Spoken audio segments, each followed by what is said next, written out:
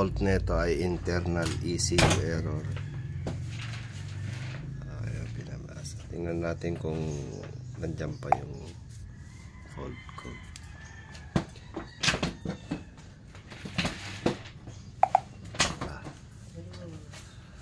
Ayan guys, wala nang fault code.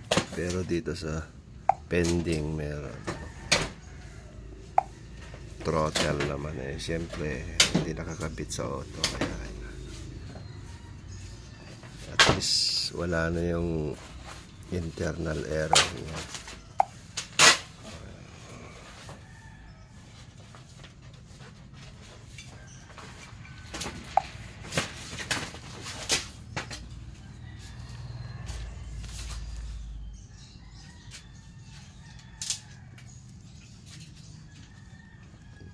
BMW to,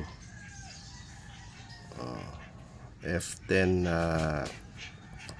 525i MSV90 DME.